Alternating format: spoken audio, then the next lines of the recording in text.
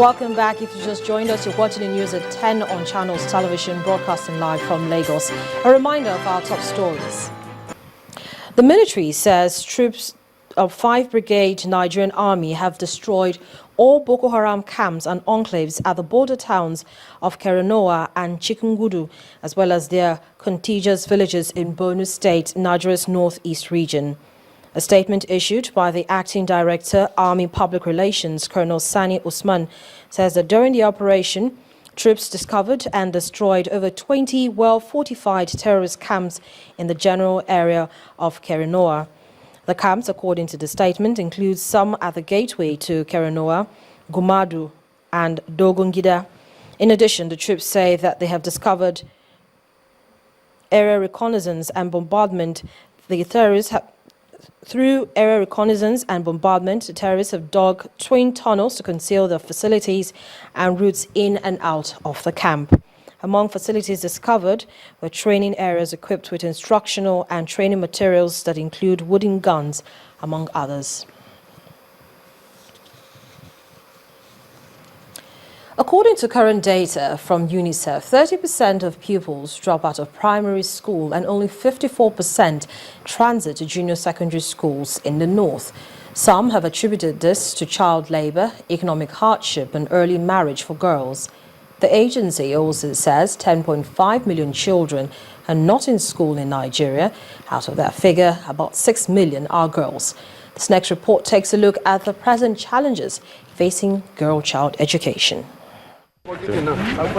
Nigeria is among the countries with the highest rates of out-of-school children in the world, according to the Global Monitoring Report, GMR. And school participation remains a challenge across the country, particularly in the northeastern states. That is as a result of increase in the activities of Boko Haram in the region for the past 5 years, made worse by its targeting of girls' education in particular. But a recent report by the UNFPA says several communities in the troubled region no longer fear kidnappings by the Boko Haram sect in the struggle to advance girls' education. Our work in over 30 states in Nigeria has led us to notice certain challenges faced by the girl child and the society as a result of the situation of the girl child. 3 of the major issues have been highlighted for attention in this conference within the frame of providing social protection for the girl child. These issues are early marriage, violence, and kidnapping. States in northern Nigeria have the country's worst girl-child education and health risks. The latest scorecard by the UNFPA shows high female illiteracy, the highest adolescent girl marriage, under 15 childbearing, as well as a risk of maternal death. The Nigerian government has put in place key legislation that deals with child marriage. However, these legislations have either not been fully implemented or its implementation is not yielding the required results. Some of these laws dealing with child marriage include the Child Rights Act of 2003 and the Anti-Trafficking Act of 2003 as amended in 2005 by the NAT Act. According to the UNFPA, quote, there are 1,150,000 women of reproductive age among the needy population, with 184,000 pregnancies expected this year and 60,000 IDPs living without their families. End of quote. Helped to give more motivation among the girls to say, so we have to do school, we have to do it. These girls were in school. You can see they're empowered and they'll tell you, I'm not going to get married. In the past, they would never have said that. They would have been scared even to open their mouths to say that they don't want to get married early.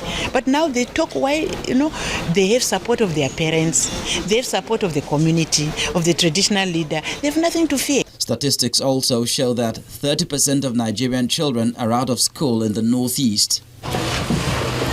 Experts believe that urgent steps must be taken to ensure that the number of out-of-school children in the country is reduced through interventions by government and NGOs. Well, joining me now on the news at 10 to talk more about this is the acting head of Department Mass Communication, UNILAG, that's the University of Lagos, Dr. Abigail Ugwezi Ndisika. Good evening to you, and thank you for joining me on the news at 10.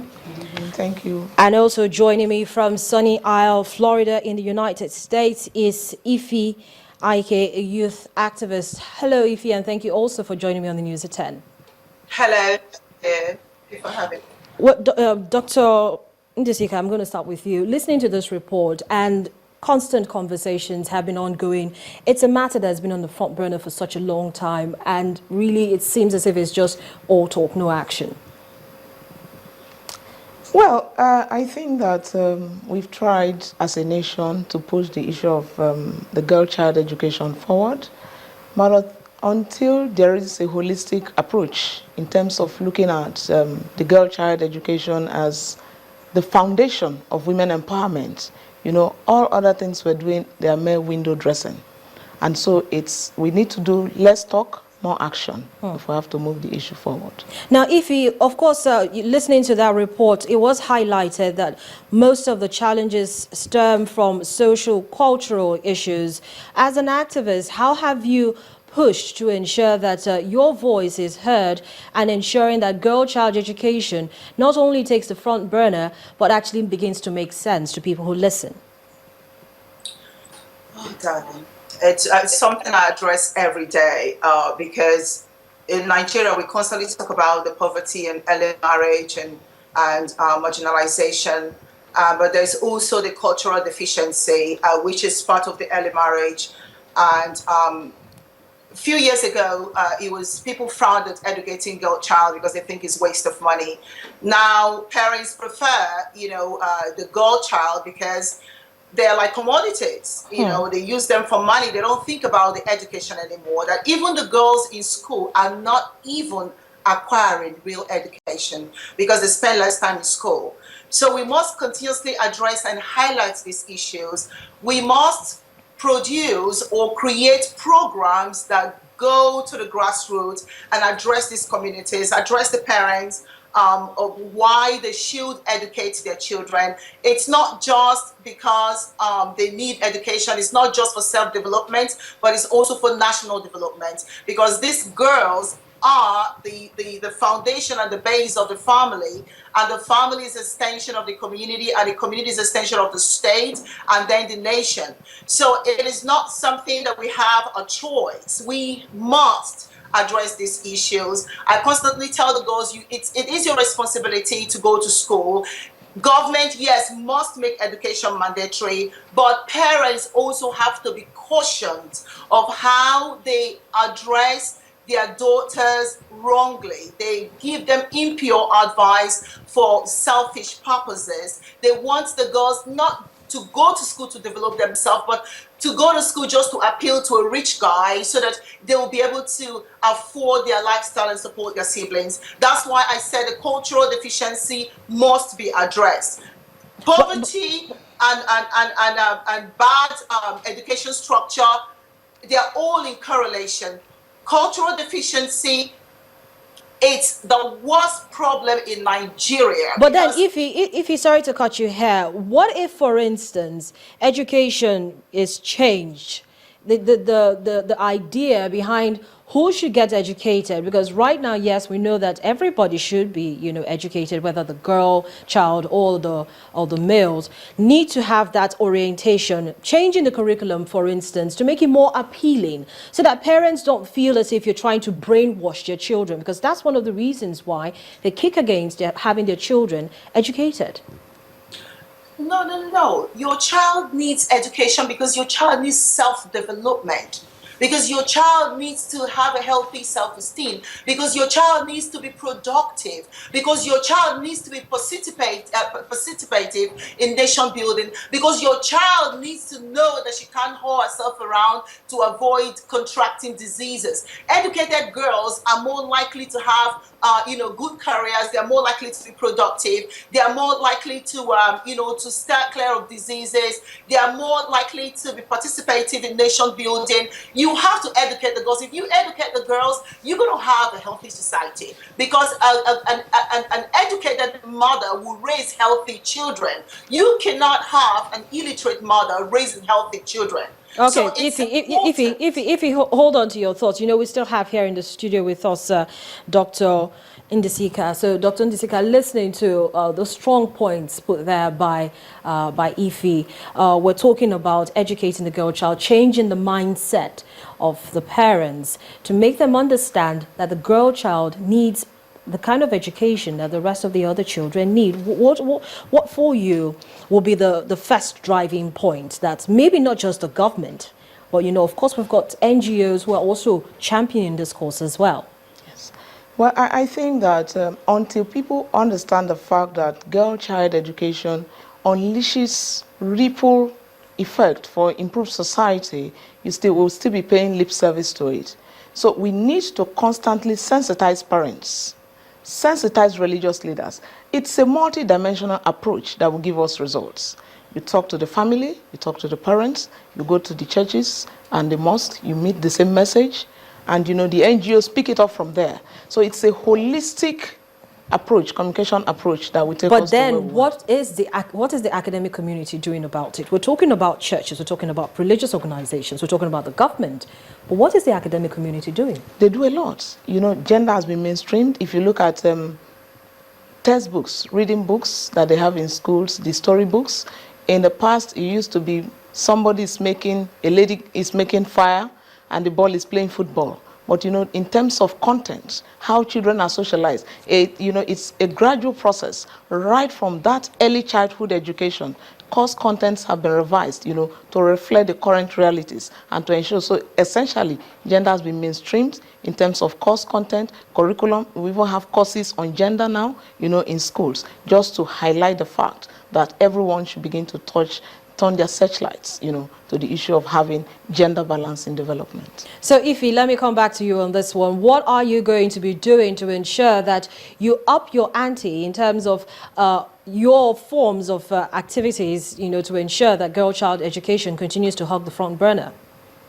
Oh, I constantly speak about it. I mean, I write about it on Facebook. I speak about it in my motivational sessions. And I think that we need to take it to the grassroots. We need to take it to the community. We need to take it to the schools. And talking about the schools, I think motivational programs need to be injected into the school curriculum so that students are constantly reminded of the need for education, the need for self-development. I think that we need to have like a national movement where seminars are hosted across the nation in the communities for parents to know exactly what they need to do with their children, for them to know all the destructive elements of whoring their children or neglecting them or abusing them. This problem, by the way, it's not peculiar to Nigeria. In America, the divorce and child abuse and neglect are also depriving, girl-child education. But they are doing something about it. I tell them the same thing. Take it to the grassroots, beyond the media, beyond just the school environment. Take it to the parents at home. Go to their community, speak to them, tell them you are destroying your children if you do not force them to study. You're destroying your children if you expect students to pay your fees and take care of their siblings. Do not saddle your daughters with the responsibilities of taking care of their siblings and taking care of you, the parents. Parents need to learn to work to educate their own children instead of sending their children out there to go to school just to meet rich men. If you go to the campuses in Nigeria, in the evening, you see men all over the place picking up girls. It's like school becomes an escape for them to it's like a conducive environment for prostitution. So they leave. All right, Ify, thank you. Ify, thank you so much for your points. We're clearly out of time. Dr. Ndisika, your closing thoughts on this matter. I know that as much as possible, your community will continue to champion, the best interests for the girl child, especially in the Northeast. But how soon are we going to see that happening? Well, for me, seeing it more as a social protection will help everyone to invest in the issue of girl-child education. Having the Northeast, once the Northeast is reconstructed, schools are rehabilitated, there is security in that region, then people will be confident to send their girls back to school. Until the security situation improves, we'll just be bemoaning the issue, because nobody wants to go to school and be kidnapped. Nobody wants to go to school and be killed. So security is at the heart of it. Once we have security, and I'm sure that the political will is there from government, and parents are better enlightened, and the enlightenment should be a continuous process. Once we do that, I think we are on the right path to having gender balance in education. Dr. Abigail Ugwezi Ndisika, thank you so much for joining me on the news at 10. And Ife Ike, a youth activist in the United States there, thank you so much for joining us also on the news at 10. Still ahead on the news at 10, the University of Nigeria Teaching Hospital successfully carries out open heart surgeries on 108 patients. Please join us again.